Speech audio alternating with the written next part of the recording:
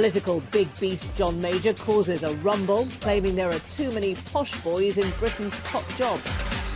Celebrity classics professor Mary Beard has taken up the Dingo Dollar Challenge. I flirted with I'm a Celebrity, get me out of here. But to be honest, I think going on this week is humiliation enough. Green shoots in the undergrowth as Bank of England Governor Mark Carney says economic recovery has finally taken hold. The Guardian's Nick Watts will swallow anything in the Bush Tucker trial. I tell you, surviving in the outback's a tough business. And what's that hiding in the bush? That looks like to me a danger of interest rates, with a mighty sting in the tail. And it won't take us long to forget this year's celebrity contestants, but are we remembering those who paid the ultimate price in the right sort of way? Author and broadcaster Tony Parsons pays his respects. On the second Sunday of November, we remember more than the glorious dead. We also remember who we are as a nation. This week, marginally tastier than a kangaroo testicle. Get me out of here. Evening all. Welcome to This Week. Please do not adjust your seats, your channel or your drinks. I'm Emily Maitlis. And if you're wondering where Andrew Ferguson Neil is, well, what can I say? We've deleted him. We did. All of him. It took a while and some technical support, but if Tory Central Office can wipe 10 years of speeches, press releases and broken promises from our collective political memory, why can't This Week think of it as our own small contribution to austerity, a little saving on the licence fee? We've removed every trace of AF Neil dating back to 2003. If you try and look for him here in the studio or online or stuffing his pockets with free baklava in the first-class lounge at Dubai Airport, you'll encounter a robot blocker which stops all communication and makes the high-pitched whining sound like this, which could come in handy later in the show. Speaking of those we can forgive but never forget, I'm joined on the sofa tonight by two men happy to pierce anything in the name of publicity. Think of them as the David Dimbleby and Cheryl Cole of late-night political chat. We won't ask to look at your necks yet, gentlemen, but I speak, of course, of hashtag Man on the Left, Alan A.J. Johnson, and hashtag Sadman on a Train, Michael Portillo. They haven't moved from the sofa since this time last week. I'm right, aren't I? But it's given you plenty of time to think of your moment of the week. Kick us off, Michael. Mine are contrasting moments, the interest rate decisions of the European Central Bank and of the Bank of England. Now, the Europeans are very, very worried about deflation, prices falling. Why? Because if prices fall, then people's debts and governments' debts get bigger because money is worth less. On the other hand, the Bank of England is now worried about inflation. Now, why is it worried about inflation? Because people's wages aren't rising, so living standards are falling. Now, I think the British government's strategy had been, let's have inflation, because that will make our debt smaller, it will make people's debt smaller. But with incomes not rising, I think there's been a big about turn. And now we're going to try and bring down our rate of interest, and that our rate of inflation, and that means putting interest rates up. So you think we're heading that way? Well, yeah, I mean, the Bank of England has more or less brought it forward by, what, about a year and a half? Alan? It was last night's BBC News from Colombo in Sri Lanka, and there was, first of all, a government spokesman who was absolutely implacable and unmovable and conceding nothing on human rights, and was very insulting towards this country and the Prime Minister. And then the sight of the BBC reporter and cameraman almost being assaulted by security guards to stop them asking a question of the president. Now, I thought it was amazing, but it also changed my mind about the Prime Minister going to Sri Lanka, because actually if he hadn't have been going, there'd have been a short news clip when he announced he wasn't going a few weeks ago, and then we would have seen nothing of that. And actually I think that told the British people more about what's going on in Sri Lanka than acres of newsprint. Don't go anywhere. This week, RPM has come under attack on the same subject from both Russell Brand and former Prime Minister John Major. One called him a filthy, dirty, posh wanker. I won't tell you what Russell Brand said. They're both concerned that society is increasingly run by a public school elite, distant from the everyday concerns of the plebeian hoi polloi, just to mix our classical references. So are they right to be concerned? And is there anything we can learn from the ancient world to help put things right? We've turned to TV Don, Cambridge professor Mary Beard. This is her take of the week.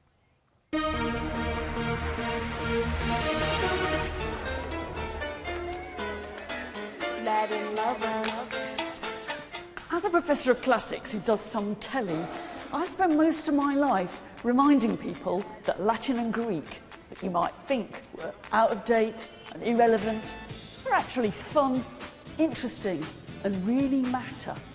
It strikes me that someone needs to do that for politics.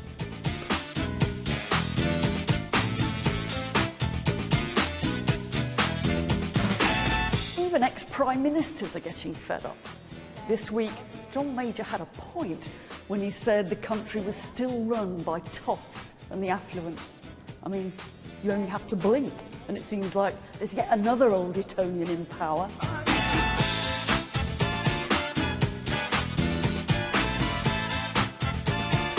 And as for dear old Russell Brand telling people not to vote, what a load of tosh. My mum always used to say to me, someone died to get you your vote, you damn well use it. Russell Brand was right on one thing though. We have got a bit disengaged with politics. And I think that's because politicians no longer seem to be speaking to us. They're just reading from some pre-prepared script. You try listening to some struggling junior minister on the Today programme trying to remember their lines, if you want to know what I mean. What happened to ideology? What happened to passion? Yeah. We don't want government by focus group. We don't want government by slogan. If I hear that phrase, hard-working families, one more time, I'll be rushing to the barricades and setting up a party for lazy singletons.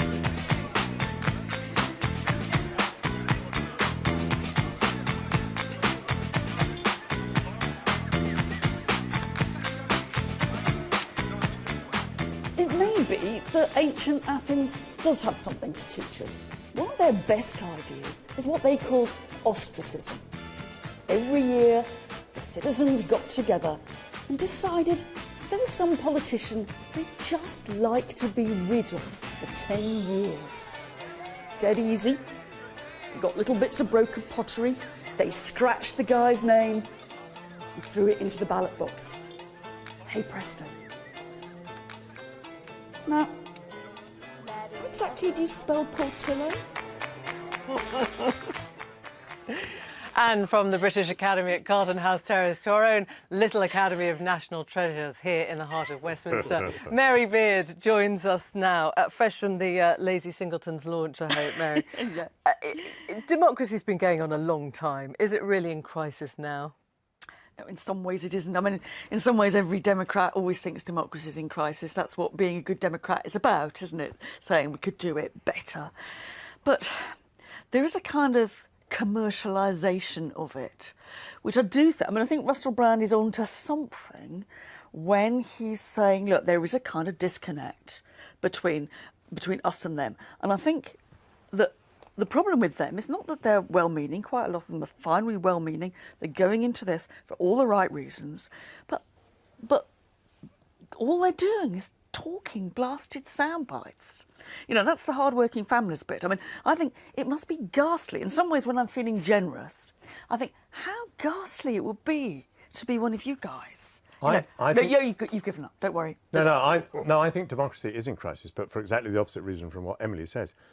We have not had democracy for ages. We had it for about 180 years. You've got a classicist here. No, but I think I'm right. We had it in the 5th century BC. Then we put it away for 2,000 years. Actually, democracy now is quite a new experiment. In 1941, there were 11 democracies in the world. There are now 105. And that is why it is conceivable that it is in crisis, because most of us have very little experience of it. And what is happening now, and what democracy tends to do is it gets competing politicians to promise too much because they have to outbid each other. And the only way you can get by then is by borrowing from future generations. And that is precisely where we've got to. We personally are all far too indebted. Our governments are far too indebted.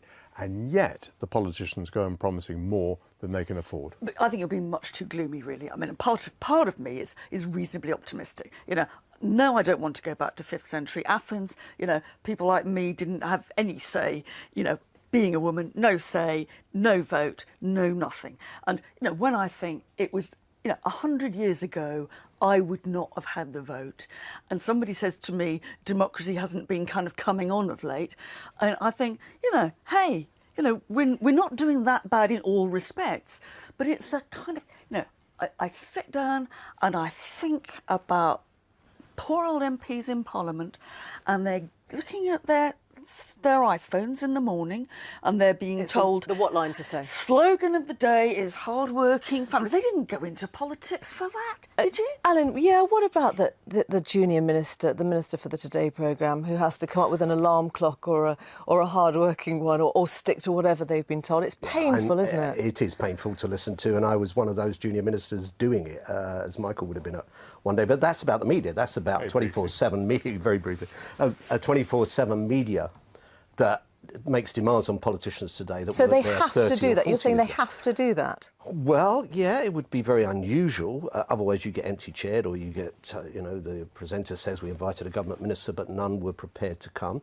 The way you do it, I think, is quite important. I mean, you don't have to sound like a speaking clock. You don't have to sound as if you're reading a brief.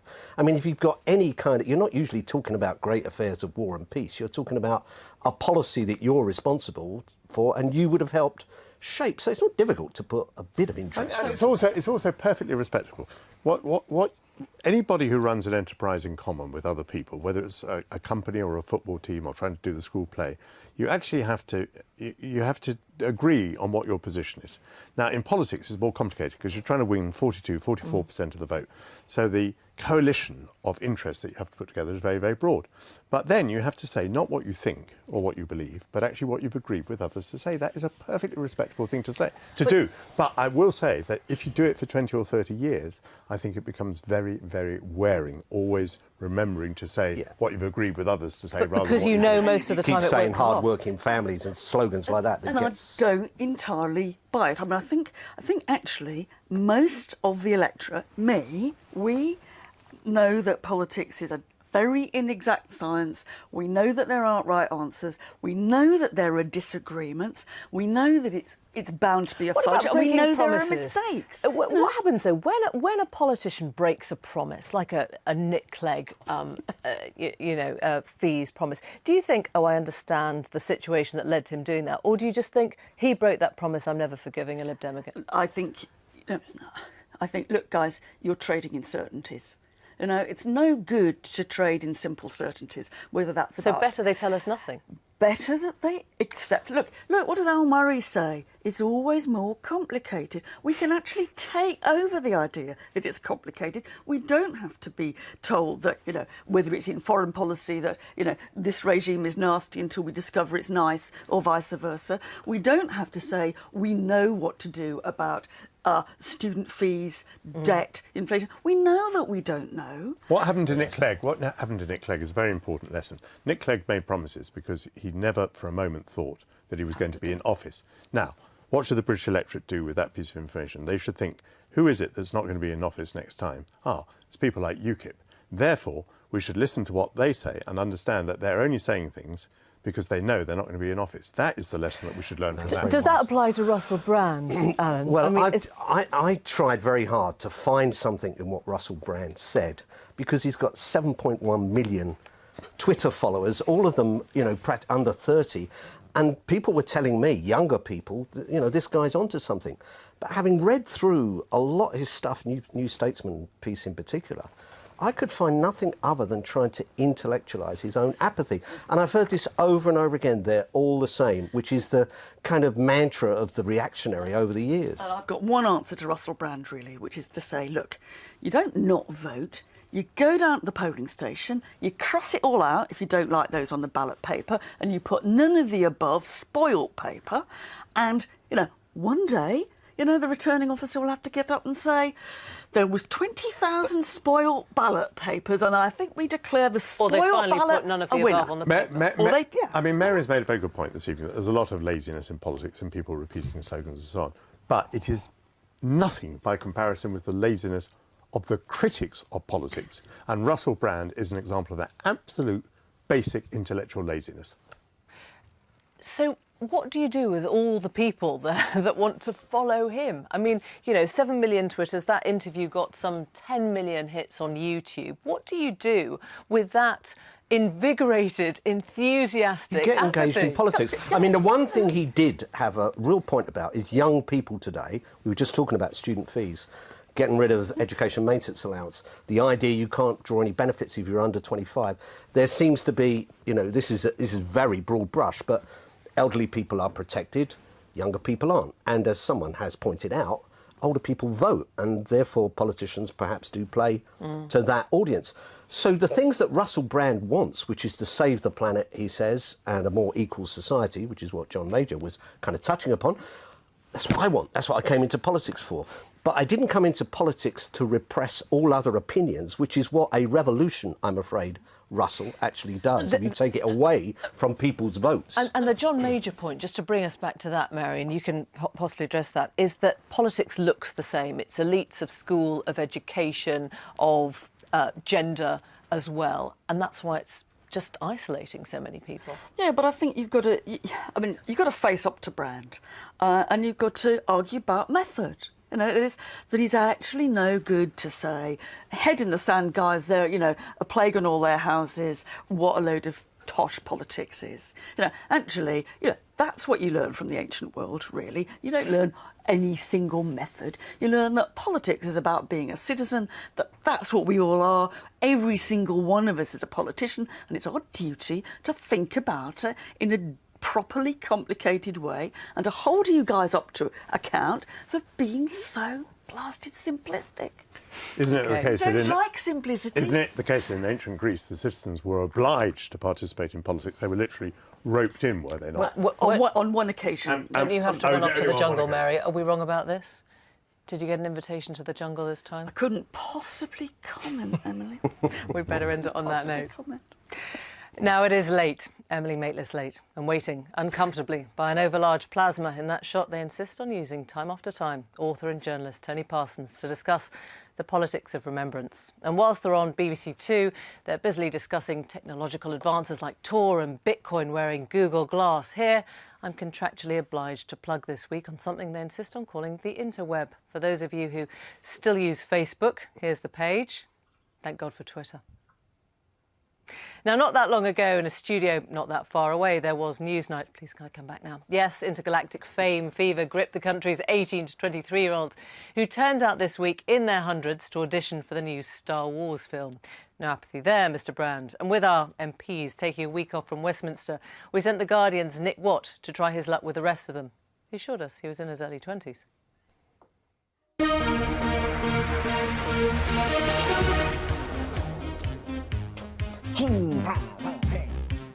Mum, I think when I grow up, I want to be Luke Skywalker, or maybe I want to be Neil Kinnock.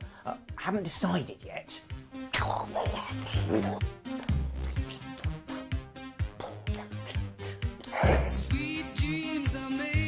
Open auditions have started in Bristol for the 2 leading roles in the next Star Wars film.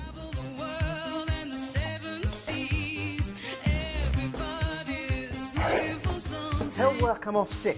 Can I take the car? In politics, you only get one shot at realising your dreams. Everyone's after the top job, but you end up playing the hero or the villain. Let's go!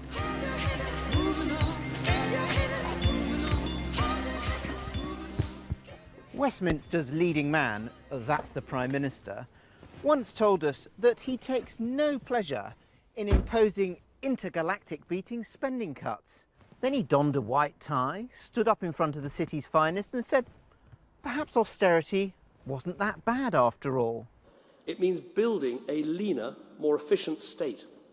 We need to do more with less, not just now, but permanently. It can be done. The Prime Minister would like us to think that's what he's always believed, but it's a little difficult to know just exactly what he does think after the Tories deleted nearly a decade's worth of speeches from their website. This is what he had to say about austerity in 2009. And in 2010, this is what he said. These aren't the files you're looking for. This was jolly handy because in 2010 the Prime Minister said that he was introducing cuts out of necessity, not out of ideological zeal. the Prime Minister believes that his health and education reforms show that efficiency rather than cash can deliver change. The danger for him is that he sends mixed messages and hands a gift to his understudy, who is desperate to differentiate himself from the Tories. On the right of British politics, you've got a view that says, you know, it's good to cut for cut's sake. But I don't think you should be ideological about trying to slash the size of the state. On the left, you've got a view that says, you know, you should just spend for spending's sake. But I don't think you should be ideological about wanting to bloat the size of the state. But it is a brave Tory Prime Minister who says it is right to cut out of choice when Labour is ahead in the polls and enjoys leads on who is best to run schools and hospitals. Oh no! I put rocket fuel in the engine and not unleaded. Mum's gonna kill me. At least the economy started to take off. Jobs are being created at a rate of 60,000 per month. The economy is growing at its fastest pace in 6 years. For the first time in a long time, you don't have to be an optimist to see the glass is half full. I have got to get to this audition. It's my great chance. Good economic news always comes with a health warning. The quicker than expected fall in unemployment means that the governor is going to have to bring forward his assessment of whether interest rates should rise. Mark Carney downplayed suggestions that rates would be shooting up just before the general election. Labour maintained its focus on the cost of living and what one of its rising stars described as the pernicious effect of the bedroom tax. Sorry, spare room subsidy.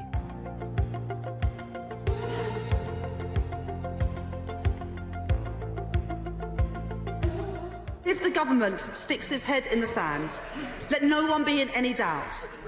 This will be the beginning, not the end, of our campaign to cancel this unjust and unworkable tax.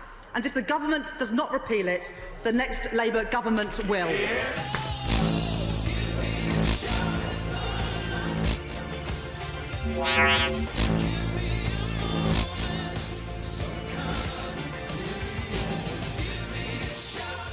There's no danger of a winter health crisis for the Prime Minister who jetted off to India on a trade mission this week.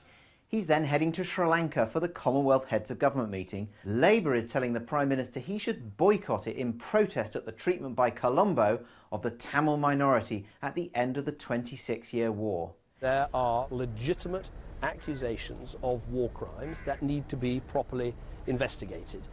That is actually what the Sri Lankan government in its own Lessons Learned and Reconciliation exercise found. There were more questions to be answered, but it hasn't effectively answered them. They need to be answered. Great, that's my audition over. Oh, one person who won't be sending in any tapes anytime soon is Nadine Dorris. She had to apologise to MPs for failing to declare her fee for appearing on I'm a Celebrity.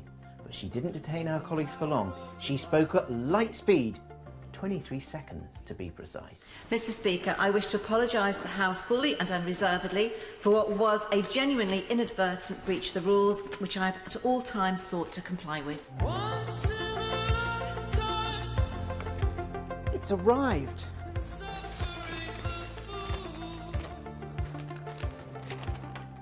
They love my audition tape and they want me to join the set in Australia. Oh no. Well, whilst Nick was securing his future as a Jedi Knight, Miranda Green has crept onto the sofa with us. Welcome, Miranda. Crept?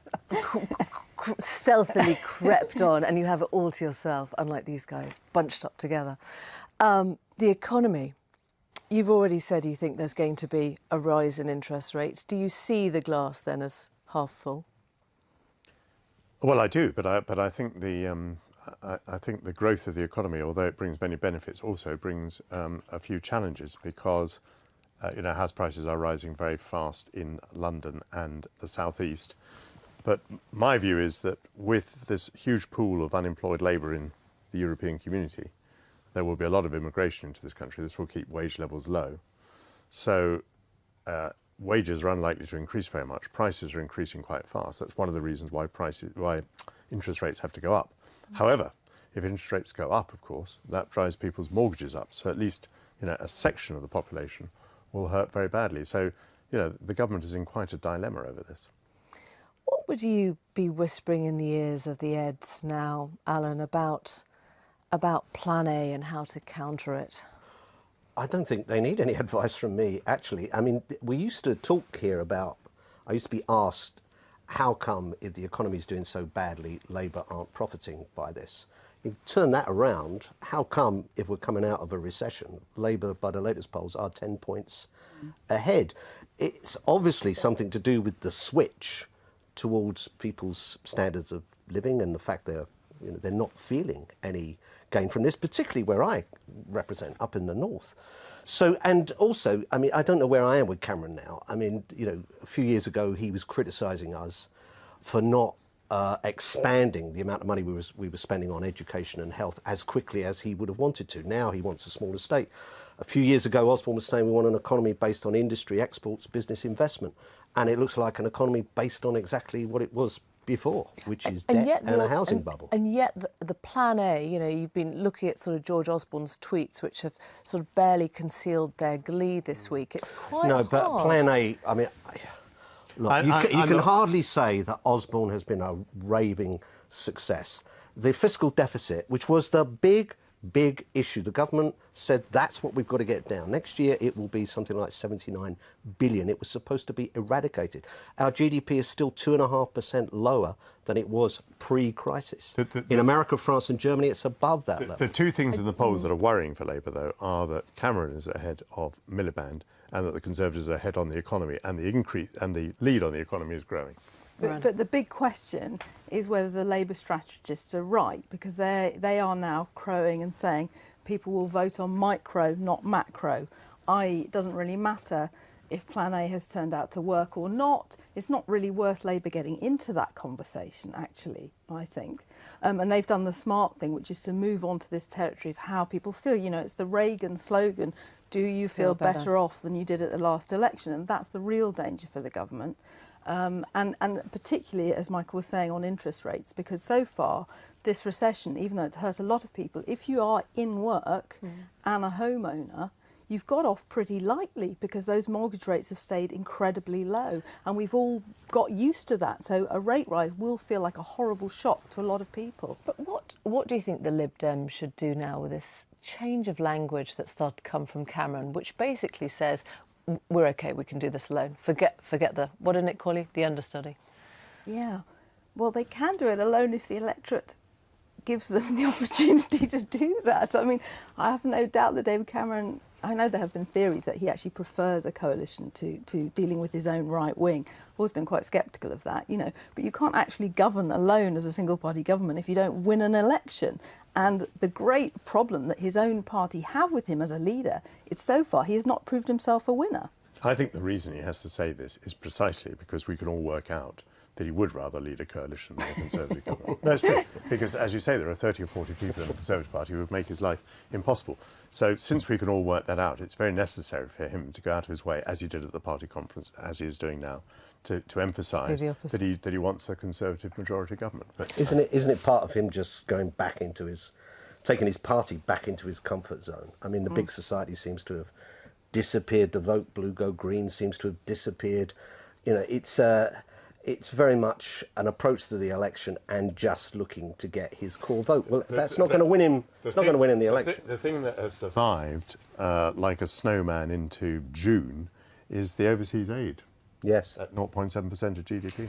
Yes. Michael was mentioning immigration, and there's been some strong words from Jack Straw this week. I wonder what you made of those when he said opening Britain's borders to Eastern European migrants was a spectacular mistake. Well, it's about the 78th apology, but, I just want to remind people, it was 2004, three things were happening. The birth rate was going down, the dependency ratio that no one talks about, the amount of people working compared to the number of people retired, had gone down from 12 to 1 when Lloyd George introduced the pension, to 4 to 1, and was due to go down to 2 to 1, 2 people working for every person retired. And we had a 75% employment rate, one of the highest that we'd ever seen. And so for Sweden, Ireland and Britain, the three most successful economies, you might wonder what that success was based on, but they were the three most successful economies. there was a lot of sense to doing that. At the same time, we initiated the Turner Review that put up the state pension age. So it's trying to tackle that. There was a very good argument for doing it. Of course, the fact is that they got the sums wrong, and the numbers coming over here were much greater than forecast. But the actual decision to do that, in terms of, I suppose it's like good economics and bad policy, in the same way as right to buy we've been talking about was good politics and bad economics. The point you make about the dependency ratio, in other words, the ratio between the people working and the people who are claiming pensions, remains extremely grim. I mean, the argument for having large-scale immigration remains very, very strong. But it's interesting, these lines, coupled with, for example, David Blunkett's comments about the possibility of, riots unless migrants change their behaviour. I don't agree with that. I mean, right. I think the Kaiser Chiefs who recorded "I Predict a Riot" came from Leeds, not Sheffield. But David seems to be predicting one. I think that gives comfort to, and David would be equally appalled by this, to some very dark forces on the right. I mean, the fact is now, when we made the decision in 2004, there were only 3 countries that the accession countries could have freedom of movement. Now there's the whole of the European Union. Quite agreed with this, didn't he? Well, his language was much more emollient, but he was saying there are social cohesion problems with large-scale immigration from a particular group that then doesn't sort of integrate, which is a fair point to make. But I'm very nervous about this as well. But there has been a huge problem with this for a long time, because the argument Michael makes and the argument Alan makes, I agree with wholeheartedly. I think that immigration is good for the economy. I think it's good for the country in a lot of ways. But it's remained a sort of elite view because the political elite have refused to actually address the effect that it has on those groups who have to pay for it. I don't think we have.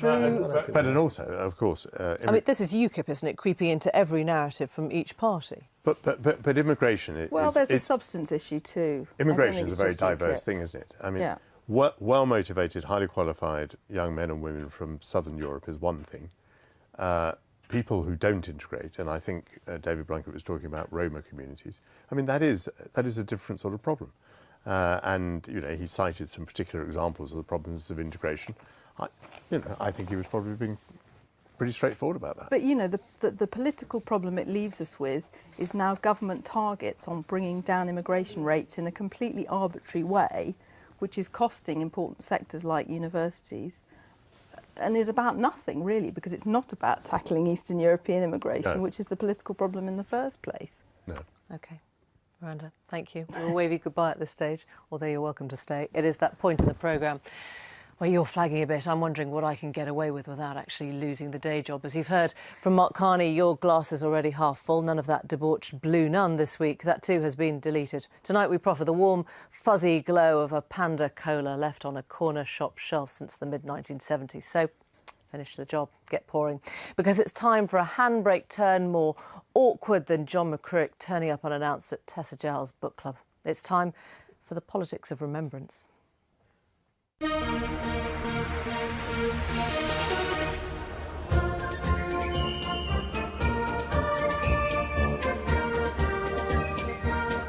The nation marked a week of remembrance, with royals, politicians, veterans and the public honouring those who served and those who paid the ultimate price. With even the Lord Mayor of Belfast, Marcina Mulia, paying his respects as the first Sinn Féin politician to attend an Armistice Day ceremony in person. This is certainly the most difficult decision I've had to make in 3 decades of politics and community activism. But I think my view and the view of my Sinn Féin colleagues in the council, but also in the country, was that it's the correct place to be today. And strangers from all over attended the funeral of Harold Jellicoe Percival after a newspaper advert called for mourners for the 99-year-old veteran who had few close family and friends left. But there was criticism too of a war movie for shooting in the Oxfordshire countryside and an ITV newsreader for failing to wear a poppy on air. So is the way we remember a matter of personal choice or an obligation on us all? And just how important is it to be seen to remember the dead? At least Westminster politicians know how to deflect criticism with not a donkey jacket in sight. Tony's here right now, and that was quite an interesting sight, wasn't it? That sort of sense of the importance of being seen to commemorate in the right way. It's the one day, the one moment you cannot afford to get wrong. Well, it's our national day. I mean, I was at the Cenotaph on Sunday, and it does really feel like our national day when we're not in our little ghettos of April 23rd for the English and another day for the Irish, and we really do feel like a united kingdom. I think that the politicians are largely superfluous. They don't really need to be there. It's about the marchers, and it's about the crowds, and it is about the glorious dead. It's about the fallen. It's about the men and women who are not there. You do get a sense that they're holding their breath, because the ghost of Michael Foot hovers over those men with their very respectable black coats and poppies just in place. And you do get a sense that a political career could be ruined there in a moment. They do have to turn up, don't they? I mean, these are the men who have sent young men to their deaths, not to put too fine a point on it. Yeah, well, yeah, Tony Blair was there, hovering in the second row, and yeah, of course they have to be there. But I don't think that there is an obligation to remember. I think you remember because it's the right thing to do, because it's a day to reflect that a lot of the freedoms that we take for granted were actually hard-earned and hard-won by previous generations. And it's a very moving day when you're there and you see 80-year-old veterans from the Second World War, and you see 20-year-old kids that have lost their legs in Afghanistan. It's a very difficult day to not be profoundly moved by. I wonder whether it's come to mean more, it's had a greater significance possibly in the last 10, 15 years, and certainly when I was growing up, because of our modern wars. I think I've just noticed it over the 16 years that I've been a Member of Parliament. I mean, in Hull, at the Cenotaph in Hull, there was a bigger crowd this year than ever before. And although the memory gets fainter and the whole of that First World War generation have gone now, and the Second World War generation who were in their 40s when I started work, I worked alongside them in the post office. They're all now into retirement. And yet more and more of the public turn up at these Remembrance Day services every year. And I think something has kind of brought it back to prominence and to importance. It's fading a bit. Iraq and Afghanistan have been a large part of it, and I can remember in the 70s, servicemen couldn't wear their uniforms when they were on leave. That was really forbidden, and that's all changed. And I think there's been an assertion of national identity, and the recent wars are part of it, and the sacrifice. We see that the selfless quality of those World War II veterans, they're no different, the young men and women that are serving in Helmand. They're absolutely no different from the people that stormed the beaches at Normandy. There was a big storm this week, though, not a big storm, a little storm, a tiny little drop of rain, in fact, about one newsreader on ITV who refused to wear her poppy on air for reasons that she gave, which was that she supported a lot of charities and she didn't want to do them publicly. This is awful. Bullying people into wearing poppies is absolutely wrong. And it has become an ostentation. When it's an ostentation, then you begin to doubt the sincerity of all the people who are caught up in it. Now, for example, if you go into a television studio, you're more or less not allowed into the studio unless you're wearing a poppy. If you go to a radio studio, you can be there without a poppy, you see, because you can't be seen. Now, immediately... And do you go to lengths to put on a poppy for a radio interview? Actually, I wear a poppy throughout the period, although I'm slightly worried about how long the period is becoming. Yeah, it starts in July now. You think it's like a Christmas thing? This year it started about the 27th of October, which struck me as very, very early. But, I mean, it was pointed out to me that if you look at the House of Commons, 100% of MPs wear poppies. If you look at the population, it may be, I don't know, 20, 30%. But, so you've got a whole lot of people there who are wearing the poppy because they believe they have to wear it. So I think the poppy is something which is a very fine symbol. But like many things, it can be abused as well as used. That's true. I think it was the newsreader was strange. I mean, I feel desperately sorry for any woman, and they're mostly women that get abused by these idiots on Twitter. But it was strange, her thesis, the premise that she was not wearing a poppy because she supports other charities, as though it was you know, like the Dogs Trust, or do you So know? do you think they should override Well, I all think else? I think it's not another charity. It's not just another charity. Wearing your poppy and remembering for 2 minutes a year people that gave their futures for you and your lifestyle and your liberty and all the things that we really don't think about. It's not just another charity. I think it's it's wrong to say, you know, well, I agree with you that it's special, but I still don't want to tell anybody at all that they have to do it. And neither do I make the mistake of looking at someone who's not wearing a poppy and thinking and trying to give them that person doesn't remember, and looking at someone who does wear a poppy. When they start burning poppies, it's different. But a member of Parliament is probably in a different situation. You are an elected representative. That's true. So for your, unlike, you know, those 70% of the public that aren't wearing one, if my 70,000 constituents see me not wearing a poppy, they think somehow my views, which matter because they're electing me, I'm elected on the platform of my views, that means that I'm against the law. What about the conflict itself? Should that have any bearing on whether you choose to...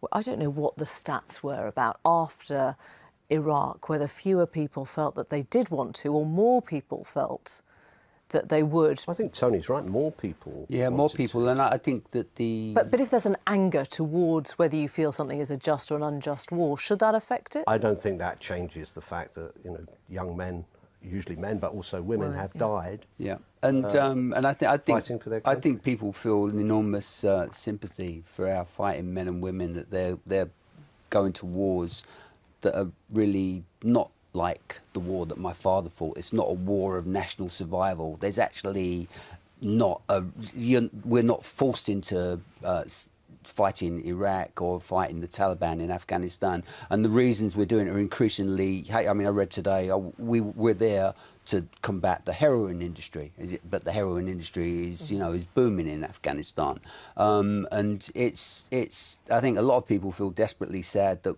these, you know, the brightest and the best, the flower of our nation, are being sent off to not a better war. But there is a suspicion amongst some people, and I think it is a minority, that politicians wearing poppies and talking a lot about heroes and heroism and so on could be using this as a way to avoid having to answer questions about the causes of the wars or the purposes of the wars to which they're sending young men and women. And I think you need to bear that in mind too. We are still waiting for the Chilcot inquiry the names of the dead are read out in the House of Commons now, and that seems like an ostentation to me, that it's not necessary to take parliamentary time. I mean, it's right that they're remembered. Of course it is. Once you start, you can't stop, can you? Tony, thanks very much. Tony Parsons. That is your lot for tonight, folks, but not for us. I'm taking the boys out of their Annabelle's comfort zone. We're heading off to the Fruit Machine in Vauxhall. It's not Rio, but it's on the Victoria line. Anyway, we shouldn't even be telling you this. Ministers got told off this week for announcing their parliamentary business on Twitter instead of before the House. Professionally, it doesn't get any better than this. What a way to sign off. Good night. Big John. Big John. Every morning at the mine you could see him arrive. He stood 6'6" and weighed 245, kind of broad at the shoulder and narrow at the hip. And everybody knew you didn't give no lip to Big John. Big John. Big John. Big Bad John. Big John.